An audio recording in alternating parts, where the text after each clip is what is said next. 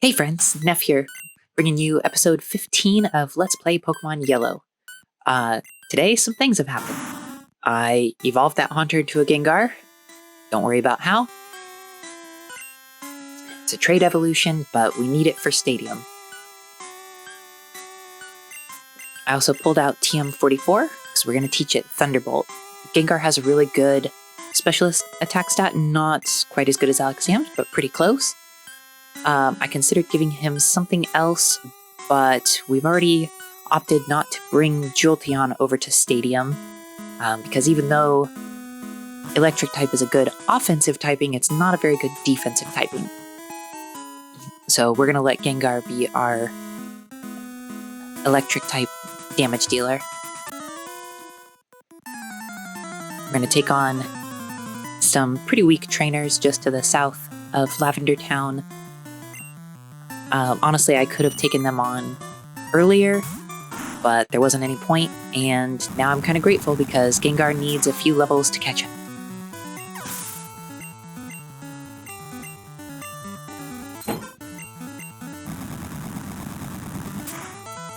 Just like the jump from Kadabra to Alakazam, the jump from Haunter to Gengar is pretty good, more so defensively in Gengar's case.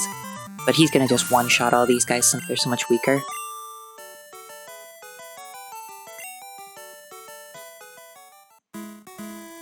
There's 3 or 4 fishermen we got to get through here.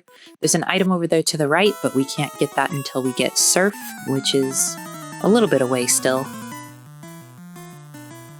I'm going to do just a little bit of sequence breaking here.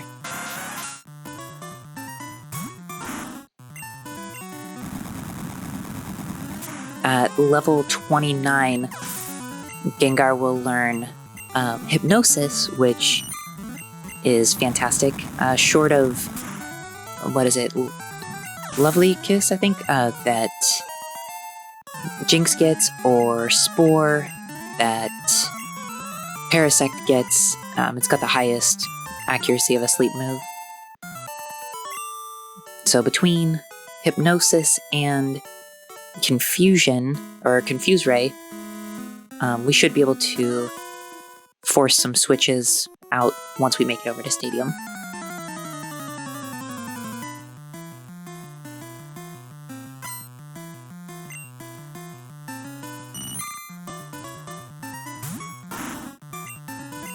One more fight here. And then we'll put the Poké-Flute to use.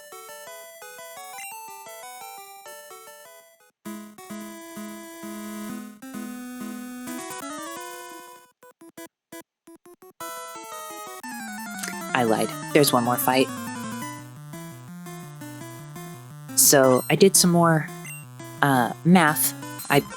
Like I said in a previous episode, I have a spreadsheet put together, and the more I look at it, when I was considering giving Charizard Fly, so he would have a stab flying type attack, it really only gives him type coverage for one more type, and that is fighting. That fire doesn't already cover, but I already have one Pokemon that is Psychic type, and I will eventually likely have a second one, so I'm not really worried about being able to take on fighting type Pokemon.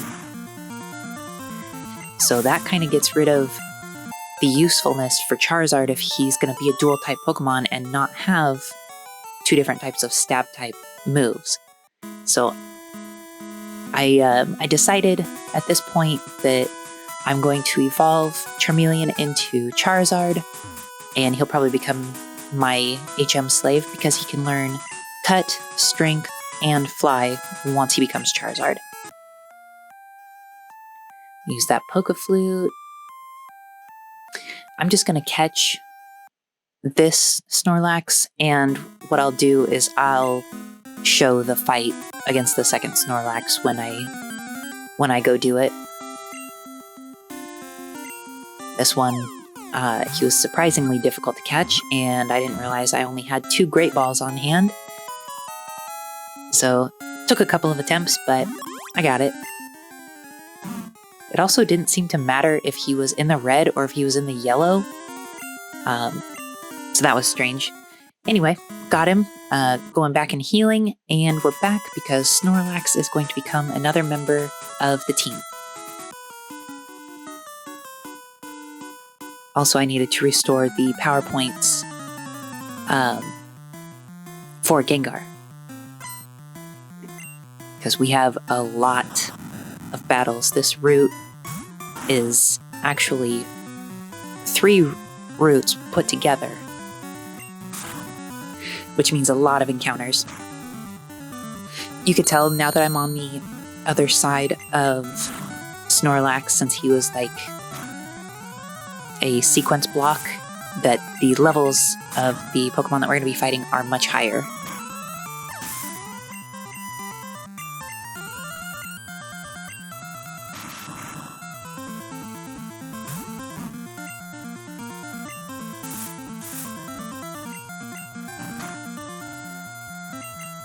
Gosh, just look at how powerful Snorlax is, and that's Headbutt. That's a terrible, terrible move. He's only a couple of levels away from learning Body Slam, which will be pretty much his go-to move every turn. Pop in here, and I get to lie to the fishing guru and say I like fishing and get a super rod.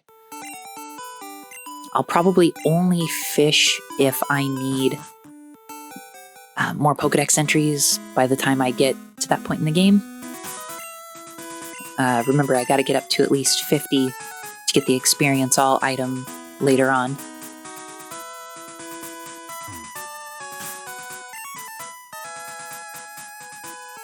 And since I forgot to do it off camera, I'm gonna go ahead and teach Cut to Charmeleon, so now he knows Cut and Dig, which works out well because then I can replace Slash with Strength and Ember with Fly, or the other way around, and he'll be able to get us out of caves and take us back to Pokemon centers as we need.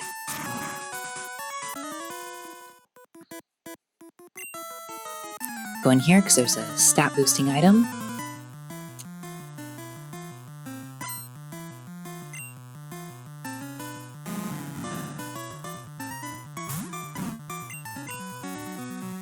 This guy only has a couple of Magikarps. This is more of a waste of my time than anything. And they give basically no experience because of how weak they are. So I kind of feel like I wasted a couple of Snorlax's power points. And of course we got into a match, so we have to recut the bush because it's already come back.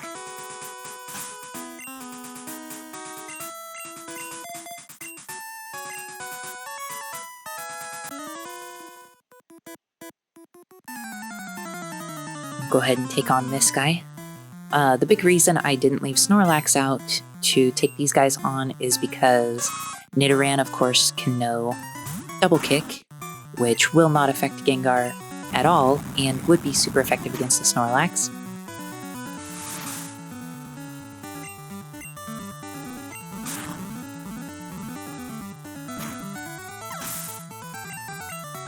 Dropped him easily enough.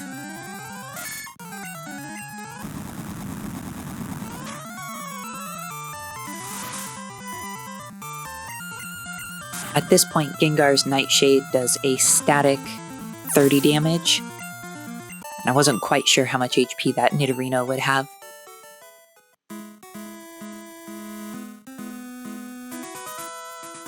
So in here, there's at least one new Pokemon we could catch in the grass, but it's either Ditto or Farfetch'd. I don't remember off the top of my head. But either way, I'm not too worried about it right now.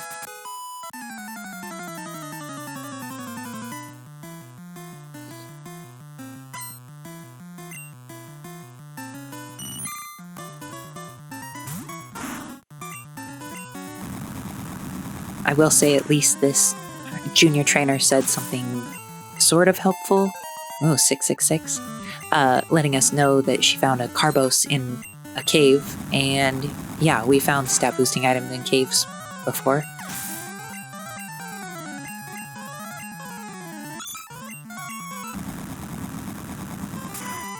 so many NPCs don't say anything that contribute to the lore of the Pokemon universe or anything to help you at all. So it is kind of nice to see just small talk like that once in a while.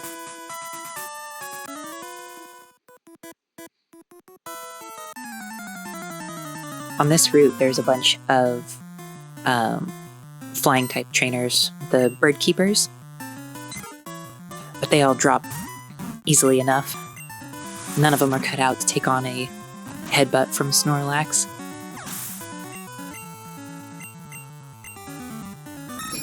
This area is on the cusp, just a few levels away from where a lot of Pokemon get their final evolutions, around level 30 to 36. That crit would have been nice last turn.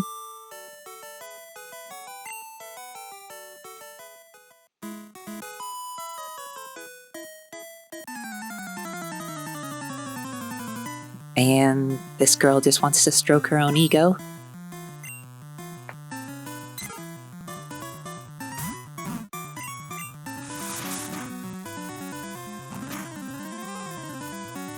After we take a little bit more damage on Snorlax, I'll show the mechanic for rest.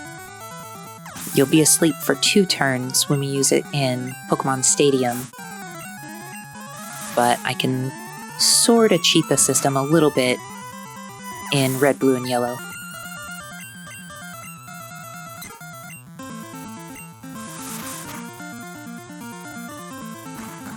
Because we got that wonderful permanent awakening item, the Poké-Flute, I can play it, and we wake up. Instead of taking 2 turns, it only takes 1. I'm going to try not to abuse that too much during the course of the game, but for the sake of speeding things up, it works really nice. Even with our attack lowered, Snorlax goes for the 1-hit KO.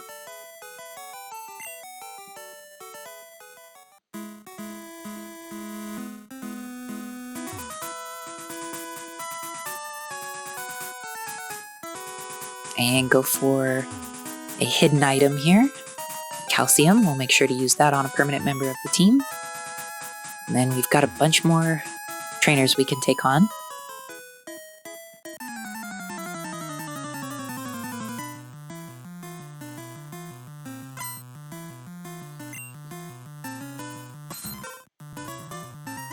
Normally I try to level up the team evenly, but for the sake of not going back and forth a bunch of times, I'm going to focus on getting Charmeleon up to Charizard, and then basically never use Charizard in combat.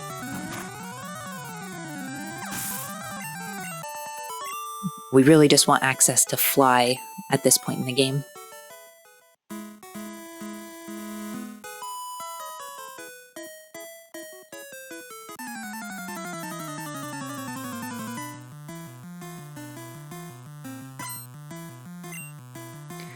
Also worth noting that this route is 100% optional. You don't have to go down here.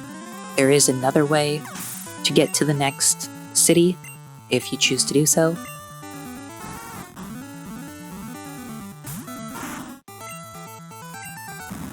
Ultimately, I'm going to end up clearing both passages. I just find this one to be slightly easier.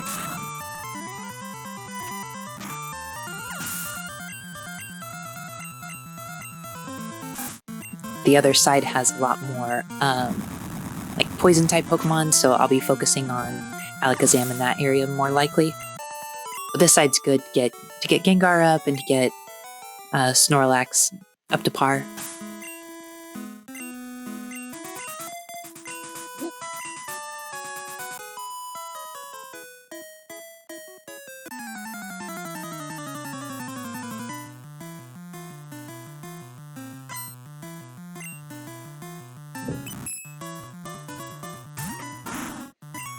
Not gonna candy coat it though. This is a slog. I mean, this is just an endurance match of how many matches can you get through. ultimately, I guess that's what Pokemon is about, but this is a little tedious. We're at least getting some good enemy variety. Nice little change of scenery, so I can't complain too much.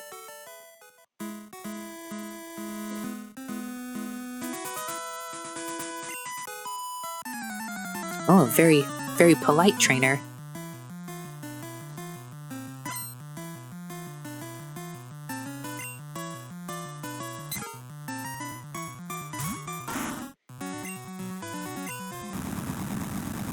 She's got a bunch of easy stuff, but they are in the upper 20s, so that's good. At least get some sort of decent experience, considering their first form Pokemon.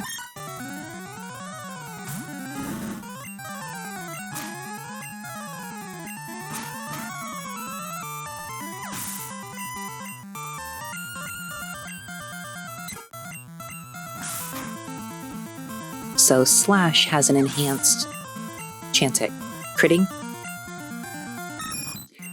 And so that's pretty much going to be my go-to to clear these guys out.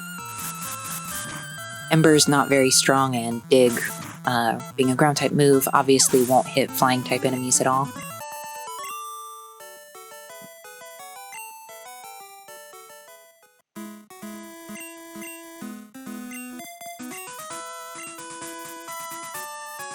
And then we make our way west here, take on another trainer, because we want to get around him there.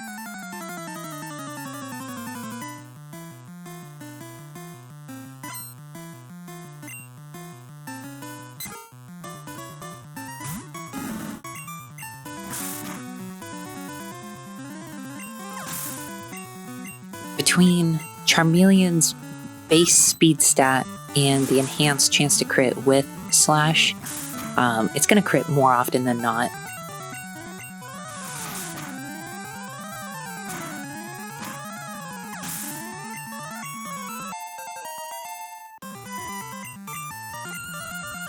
So close.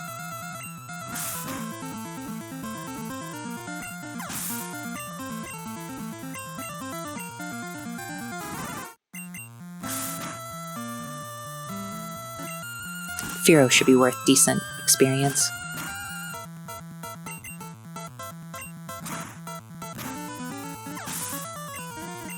Almost 1,000, not bad.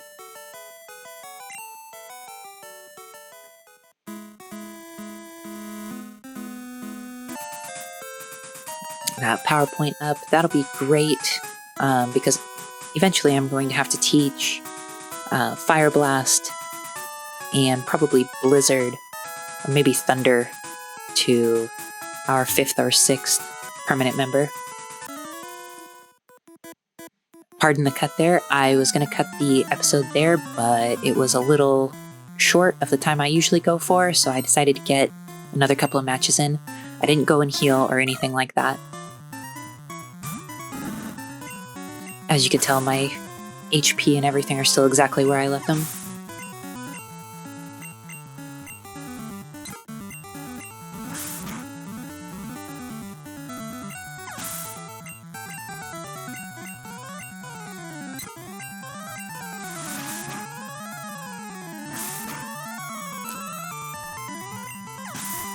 Lucky crit.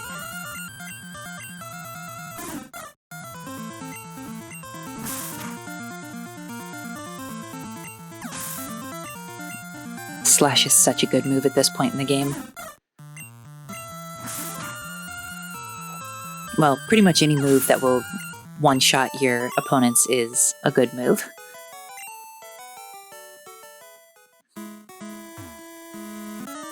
Alright, the way I see it, after this trainer, I'll probably have to go back and heal just to restore power points, because I do want Snorlax to gain just a couple more levels. Like I said before, at level 35 he learns Body Slam, and that'll be like a really good go-to move for most of the game. Oh, and Charmeleon's at 35. We just need one more level.